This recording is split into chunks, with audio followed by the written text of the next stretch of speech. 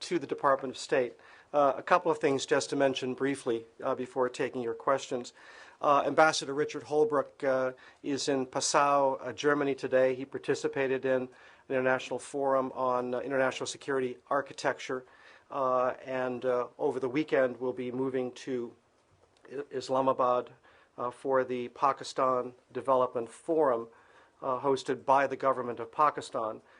This will be a follow-on to the recent Friends of Democratic Pakistan meeting in Brussels, 2 UN-hosted meetings, and the U.S.-Pakistan Strategic Dialogue here in Washington. And it will be an opportunity for Pakistan to present its economic reform and stabilization plans to the international community. There will be a focus on things like energy reform, tax reform, and fiscal consolidation. Yesterday in Bogota, negotiators for the United States and Colombia agreed in initial to text on a new air transport agreement which, once formally approved, will establish an open skies air transportation relationship between our two countries.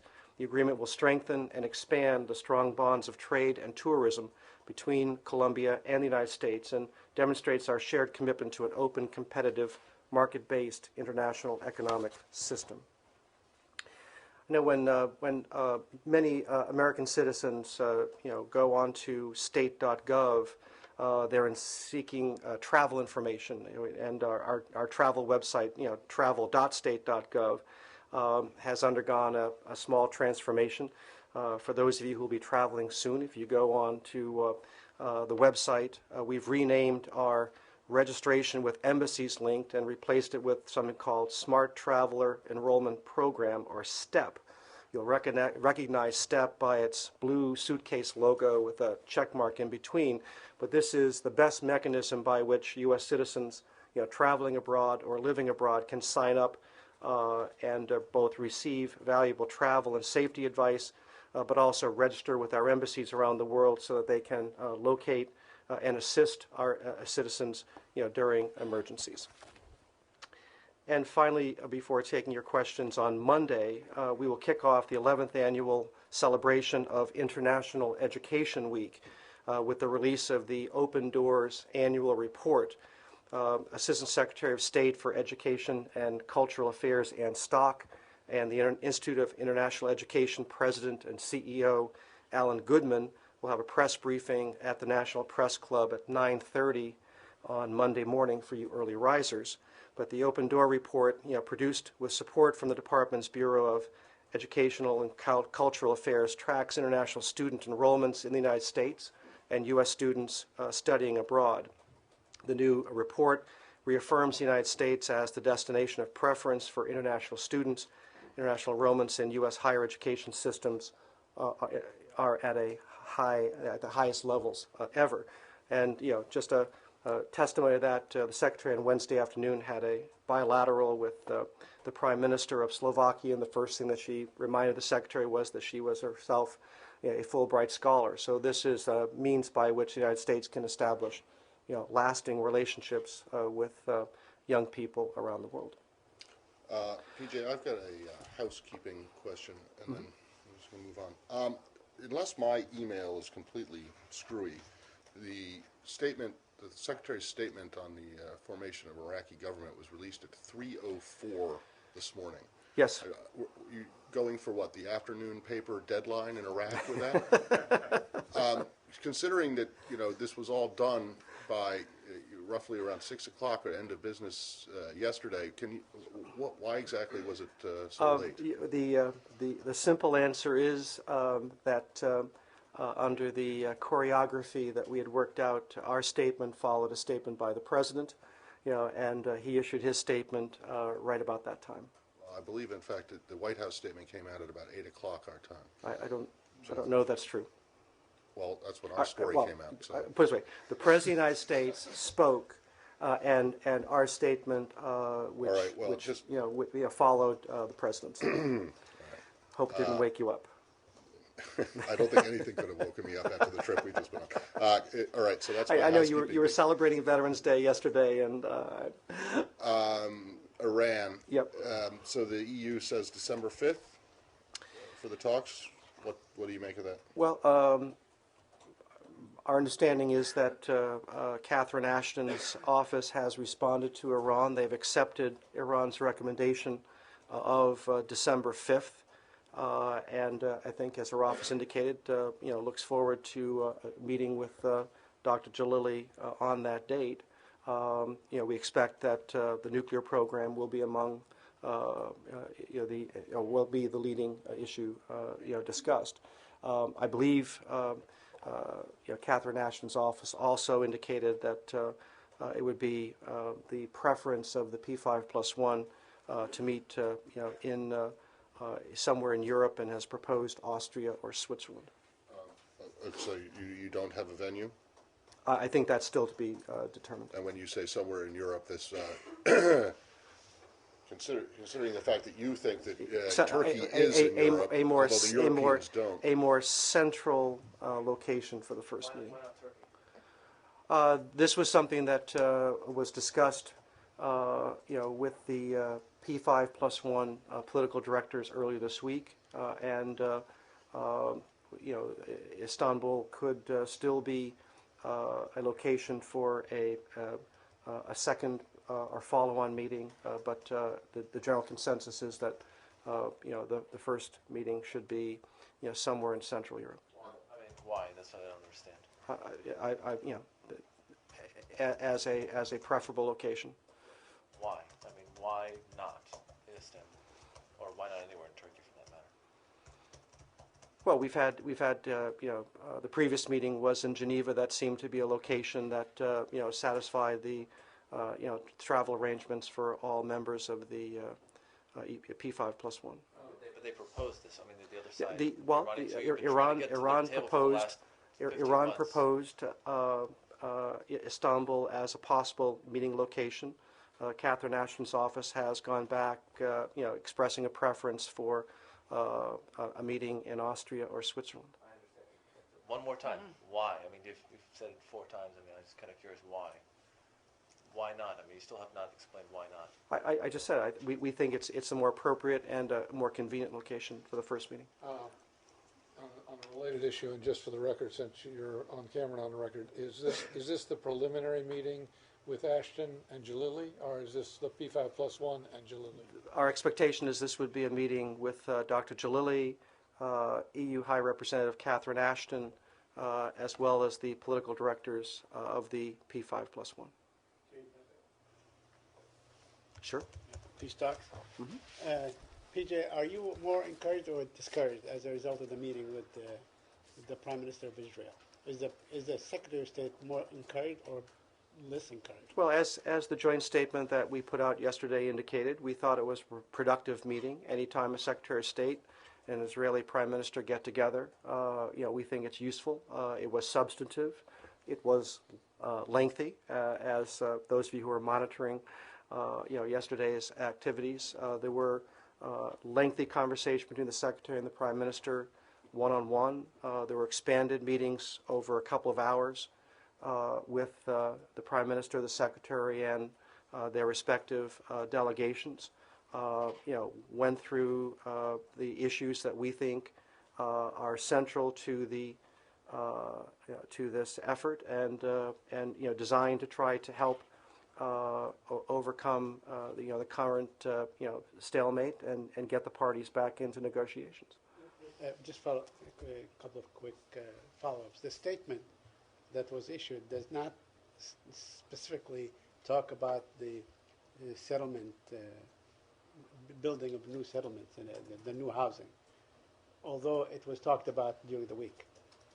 Is that for any particular reason? Was that something that was discussed with the Prime Minister? Well, as a general rule, we do not talk about the specific details of our discussions, as you can rightly assume that anytime we get together and we're talking, with the parties, we're talking we're talking through, the substance and addressing the concerns that both sides have. But as we've done from the very outset, we're just not going to be specific about what the Secretary and the Prime Minister talked about.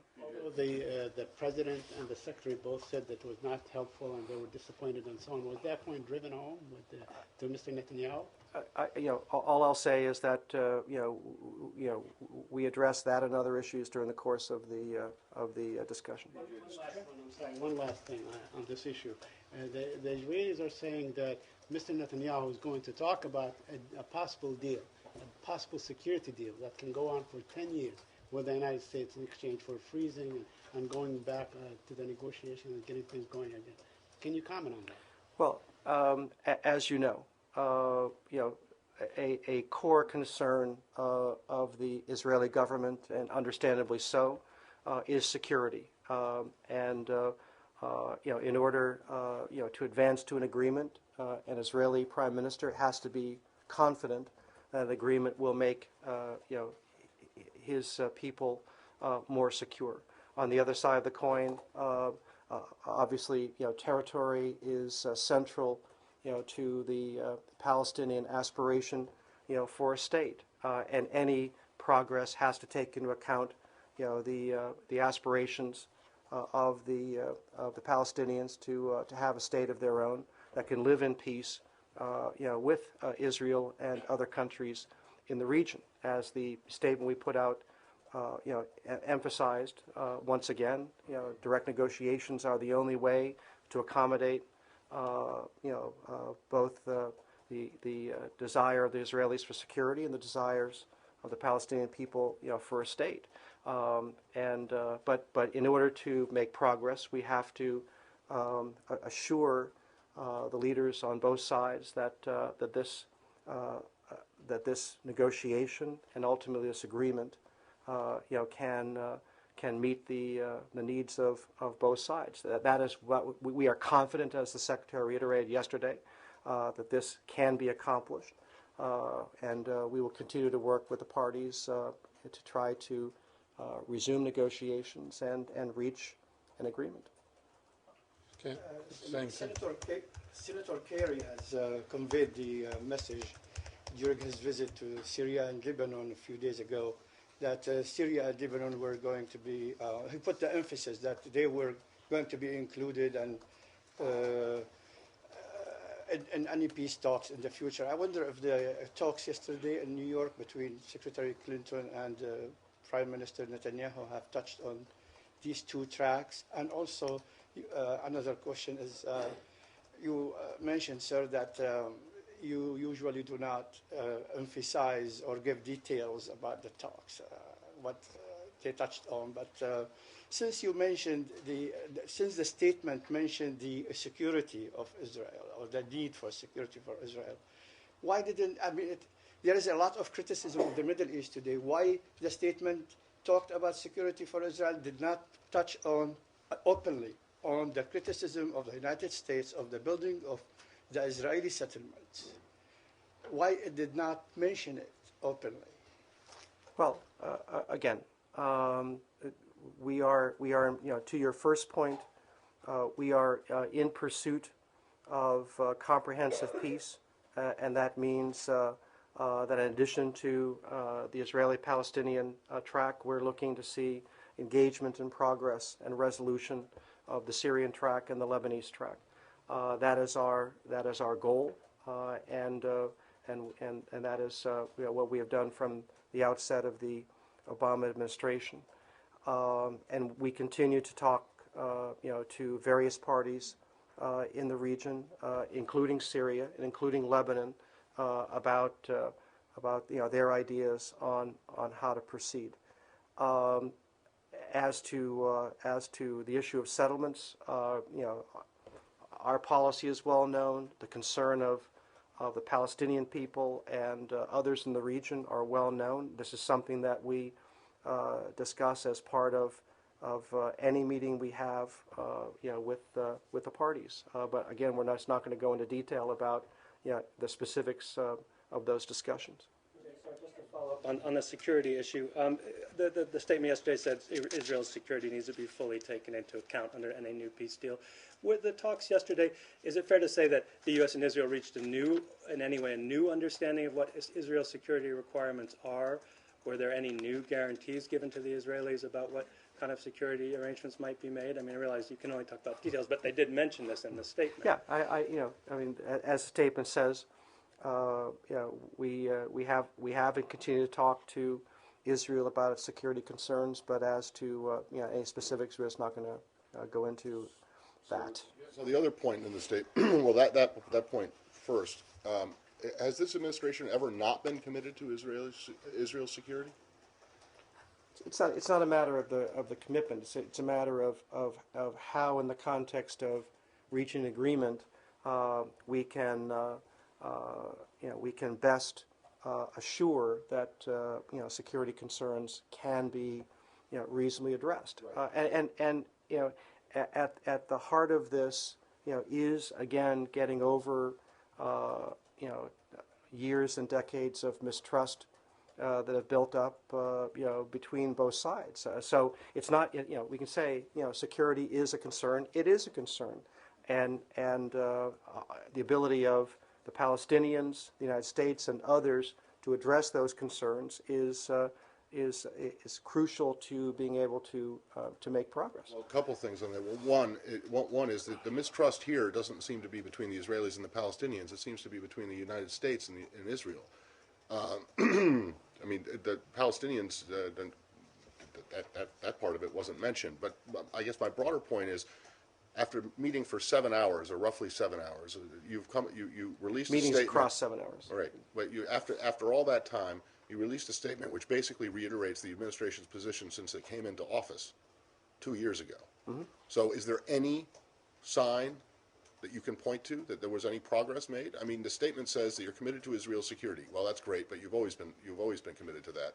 And two, that an agreement has to be based on 67 borders with agreed swaps, blah, blah, blah, which is also exactly what the administration came into office. And it doesn't seem to have, 2 years have gone by, and there's been a lot of talk about this, most recently 7 hours in New York, and you haven't gotten beyond the 2 points that you already embraced. Well, again, Matt, do not confuse what we release publicly with what is discussed privately. As the statement points out, we thought it was a productive meeting yesterday. It was substantive.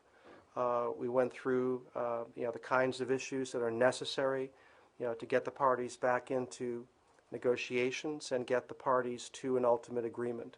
But as we've laid down, since August, we are not going to talk about the specific issues or how we are addressing the core issues, the concerns that are at the heart of this effort. Rest assured that this was a very detailed, substantive, and productive meeting yesterday. So are you saying that the statement that was released is an inaccurate reflection of the meeting?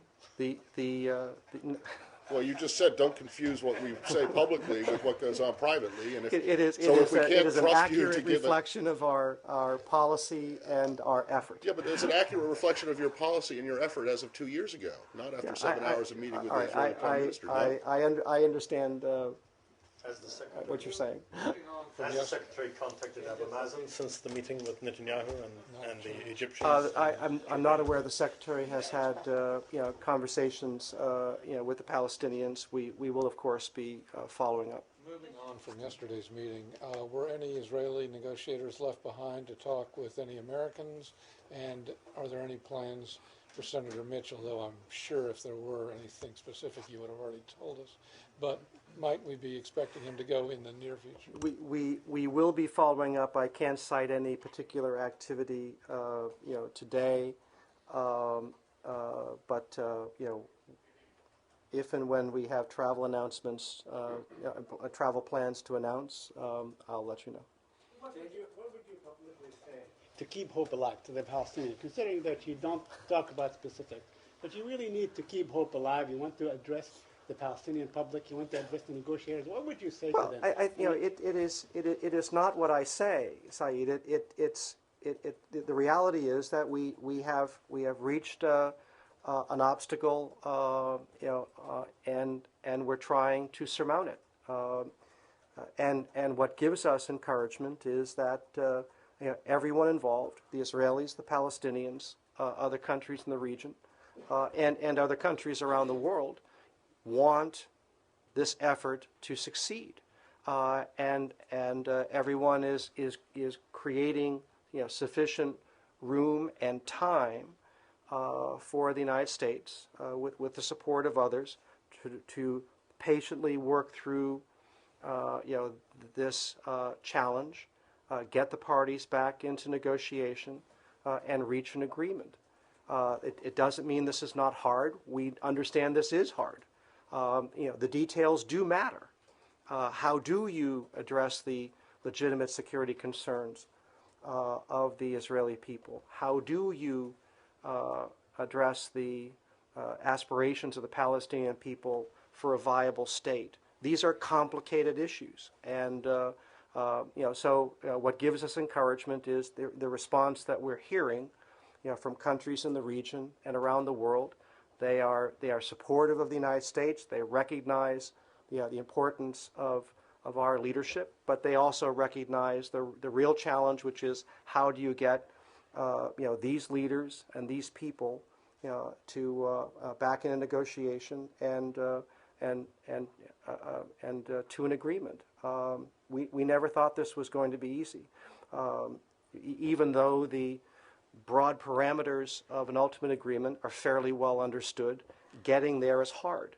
But yesterday's meeting, just like the follow-on activities that we will embark on, are aimed at finding a way to get to a negotiation that gets to an agreement. We are determined, but we recognize that this is going to be difficult. Did she come away though from those 7 hours feeling any like these talks are going to resume? And is she encouraging Abbas to return to negotiations without preconditions, as Netanyahu has suggested? Again, our effort. You've heard us say this many times, but we're trying to create the conditions for the negotiations, to resume. That is what yesterday's meetings were about, and that is what our activities going forward are focused on. Change of subject. Sure.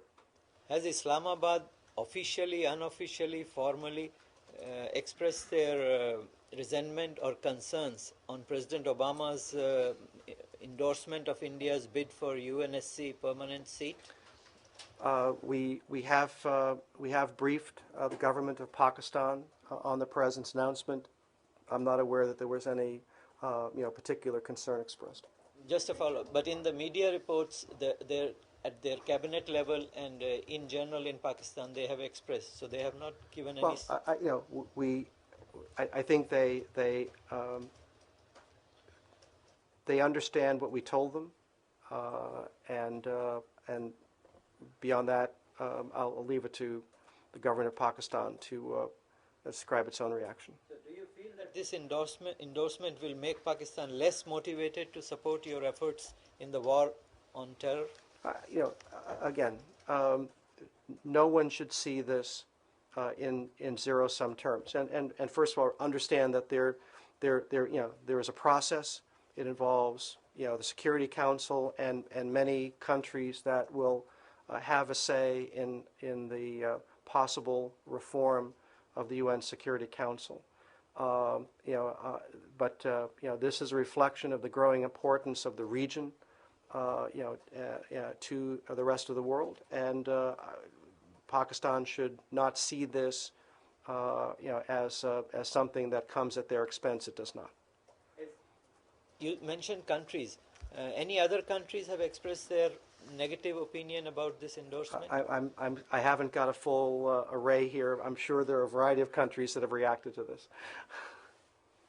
20 countries have obviously expressed some objections to some of the United States economic policies.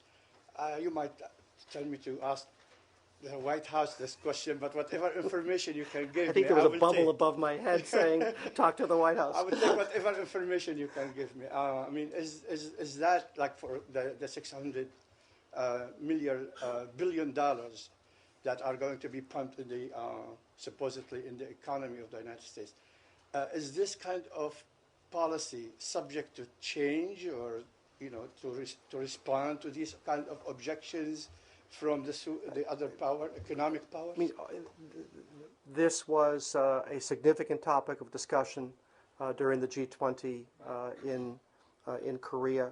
I just think it underscores that solving the global economic crisis will involve significant action by the United States, but also by other countries. And each country will have a prism through which it sees its own economic challenges. We're no different.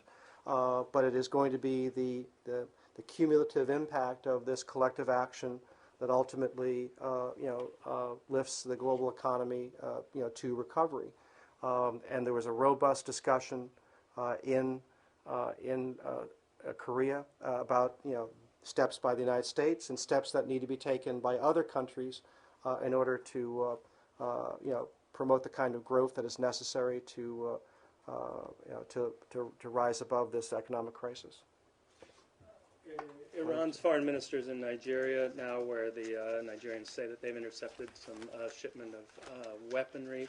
I'm wondering what the Nigerians are telling you about this, and if the U.S. had any role in helping them to intercept this shipment. I'm not aware of any particular U.S. role in this. We have talked to the Nigerian government about the discovery of significant arms. Nigeria is investigating, as it should, and I think there's been a public statement by the Nigerian foreign minister that Nigeria will do what is necessary. If these reports are true, these are potential violations of Security Council resolutions, including 1929, and we will obviously encourage and assist Nigeria in any way that we can, with its investigation. I wonder if you might have any reaction to the Canadian Prime Minister yesterday saying that he wants to keep troops in Afghanistan beyond 2011 to 2014 in a training capacity. Well, we, the United States, have been encouraging a number of countries, to add trainers, to help with the development of Afghan national security forces. A great deal of the strategy, which will be discussed in detail at the NATO summit in Lisbon, is predicated on the ability of Afghanistan by 2014 to take significant responsibility for its own security. That is the goal of President Karzai and his government. The United States, Canada, NATO are all trying to find ways to support Afghanistan in that effort. So, this is something that we have discussed, with Canada, and we're grateful for Canada's ongoing contribution.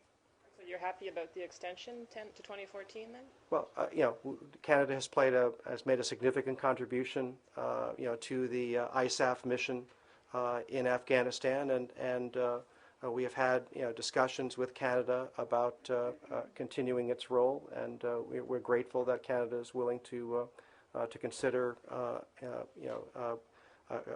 an ongoing contribution. Yeah. Could you give us a status report on the impact of the Sunni walkout, of the Iraqi walkout from Parliament? Yeah. Well, it's unclear to me that it's going to have any impact. We are very pleased that Iraqi leaders have come together and are taking significant steps through a constitutional process to stand up a government. All of the major voting blocs from the election will have a significant role in this new government. All of the leaders of those blocs will have a role in the government, and this is exactly what we've been patiently encouraging the Iraqi leaders to do for many months. What you're seeing is politics break out in Iraq, but this is a government that it's made in Iraq. These are decisions that were made by Iraqi leaders who came together, reached an agreement, and now they are carrying out that agreement. You saw yesterday through the Council of Representatives, the selection of a president, the selection of a prime minister, the selection of a Speaker of the House. There are going to be, zigs and zags through this process. As we know from our own country, politics is not a straight line. So, there'll be steps taken by one side or another as we go through this. There'll be wrangling for and jockeying for particular positions. Now that the Prime Minister has been named, he's got 30 days to 30 days to to form a cabinet, we think this is a major step forward, and most importantly, it's a major step forward, for the Iraqi people, because the government that emerges does in fact represent broadly, the will of the Iraqi people. During his press conference, telephone press conference, the senior government official did not really explain how the new strategy council will function in terms of replicating or having a conflict with the existing ministries that already have those responsibilities and already discharge these responsibilities, such as foreign policy and oil and others and so on, and whether it has a veto power and so on. So is there a fear of replication here? Well, I mean, there are things to be worked out, but I think this is a credible Iraqi-led process. The leaders of the various factions will all have a major role to play in the Iraqi government. That is important, and the fact that this is a broad-based coalition government means that is we think a setback for countries like Iran that were trying to seek the emergence of a more narrowly focused government. Just All right, hold on. Would you be able to comment on reports of Suu Kyi being released tomorrow, Suu Kyi in Burma? Well, it has been the United States' view over many years that Aung San Suu Kyi should never have been detained, arrested, confined. We would hope that she would be released today, but we'll wait and see what the government does in Burma. According to a internal intelligence memo, the government will not be in function before February. So you have any comments on that? And also the factor of Kurds taking a different position after the government is formed. I'm not sure The first is that an intelligence memo says that the government will not be formed till February because January is a religious holiday.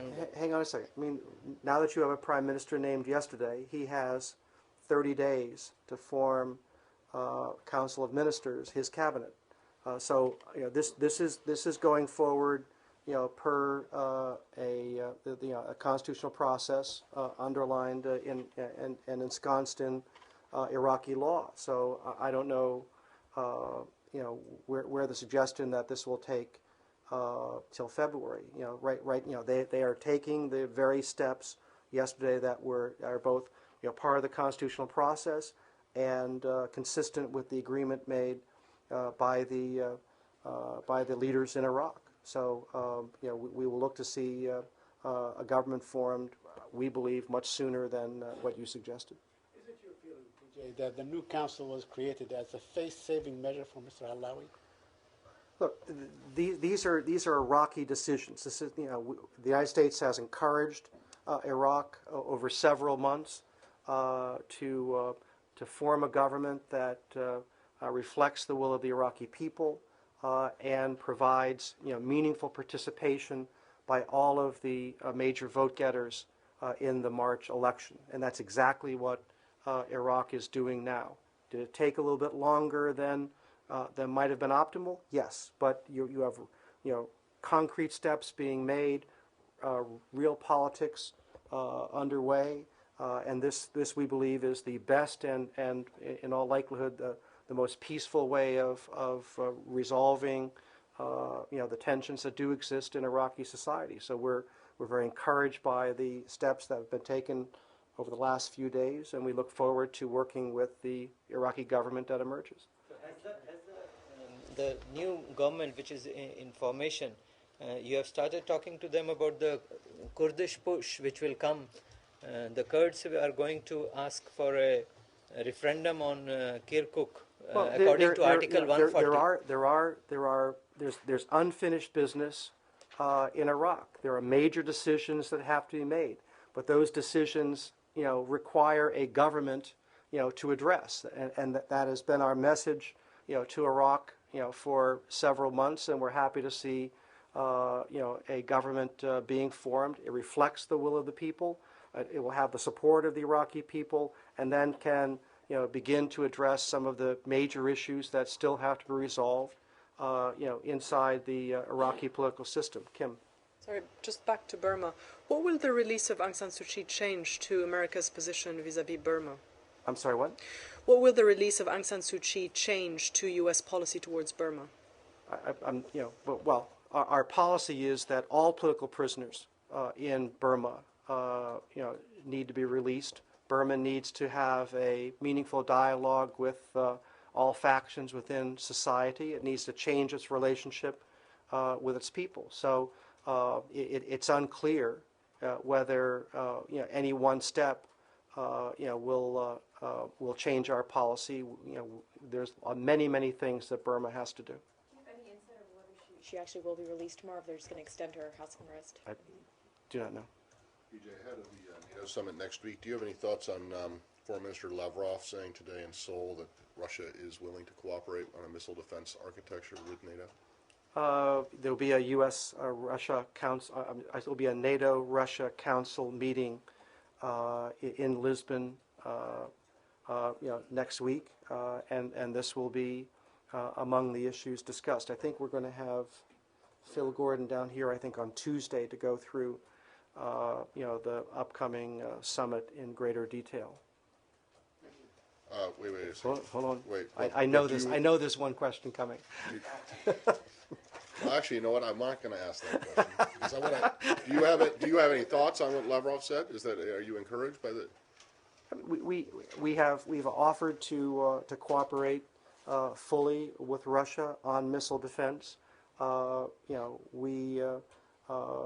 As we've made clear within our own country, there's nothing in the START treaty that prohibits us from developing our own missile defense capability, and we would actually want to see cooperation between Russia and United States and NATO on missile defense, and we expect that will be something that we discuss next week. Okay.